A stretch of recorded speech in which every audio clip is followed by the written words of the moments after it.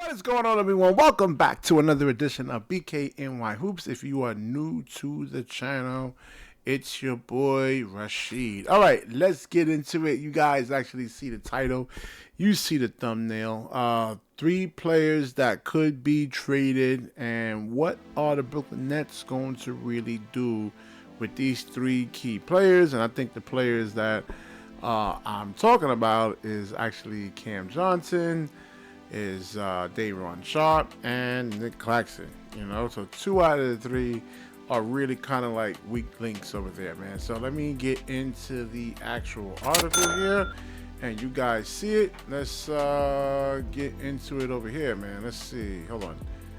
All right, here we go. All right. So the first on the list over here is Day'Ron Sharpe, and this article actually comes from, where is this coming from over here, man? All right, I don't even know.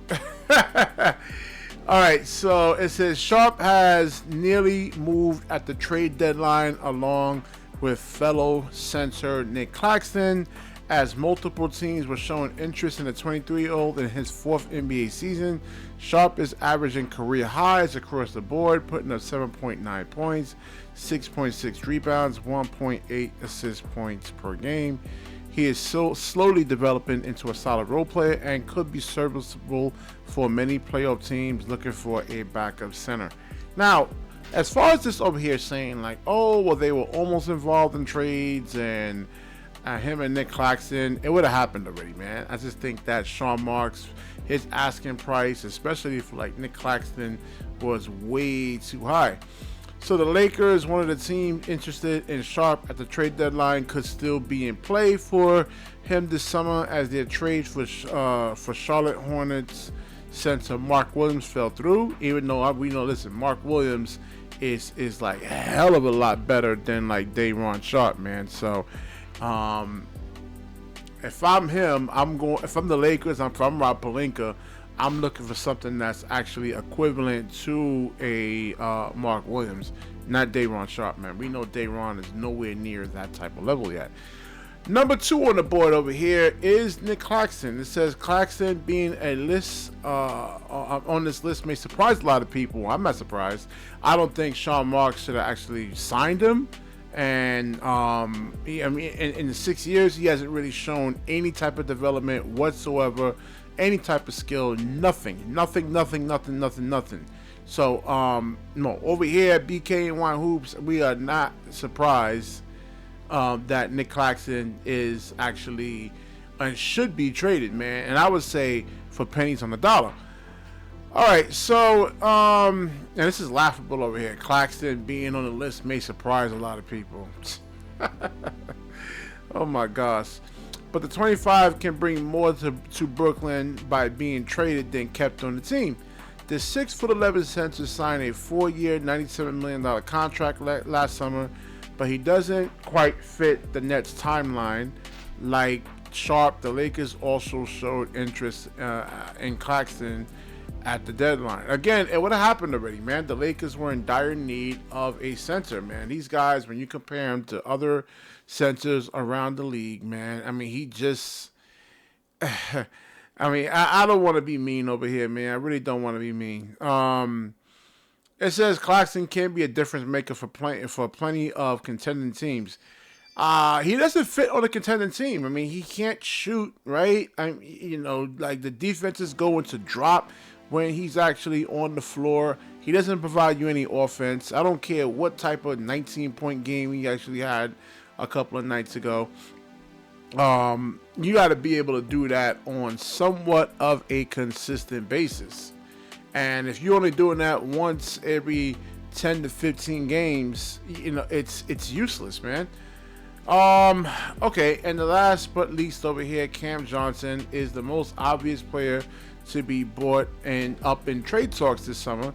The majority of the NBA world believed he would be traded at the deadline, but Brooklyn didn't budge. Now he finishes out his season. The 28-year-old remains a net, but with severe uncertainty. Averaging 18.9 points a game, 4.3 rebounds, 3.3 assists, 47.6 shooting from the field. And this is a key thing over here. His 39.4% from the three-point line Johnson is the perfect role player for a championship team needing two-way talent. Now, we haven't seen the two-way part in terms of his defense, right? Since the Phoenix days. I mean, when he was with the Phoenix Suns, he would, be somewhat of a disruptor on the defensive end, but we haven't really seen that. I just think maybe with the actual increased scoring burden, I mean, it kind of hindered his defense somewhat. Cam Johnson really has the most trade value out of this three, the most trade value out, really kind of on this team. But again, he is 28 years old, and but in terms of if you are going to really rebuild and do it quickly, one, you need veterans. Two, you need shooting. He's 39% from the 3-point line. I don't think there's anybody in the draft, right, that the Nets can really kind of get that can duplicate what Cam Johnson is doing right now.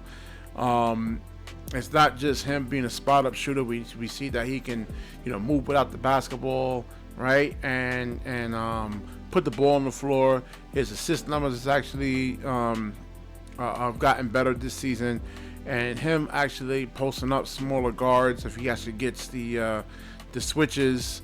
So we've seen a whole lot of leaps from Cam Johnson this year. I just don't think there's not anybody in the draft that can really kind of do that. So I don't know. I'm kind of torn in terms of keeping Cam Johnson, depending on how quickly you can actually rebuild this. And he's 28 years old too, so it's not like he's 32, 33 years old. Sharp. There's talks of Sharp Marks actually really kind of getting a star right there. I don't know how he's gonna do it, but I don't think this draft is that good enough to say, hey, we other teams will want a draft pick, and we're gonna give away a Giannis Antetokounmpo. I guess seeing Ace Bailey, right? His draft stock has actually plummeted a little bit. I think he went from 3 to 4, right? Maybe 5 on some mock drafts that I've actually seen. So this draft is decent, right? It's not the greatest draft in the world. There's no generational talent in the draft. There's not anybody in there that just say, whoa, man, look like Wembanyama, like he's just different. There's no, Giannis Antetokounmpos in there. There's no Palos, and there's no.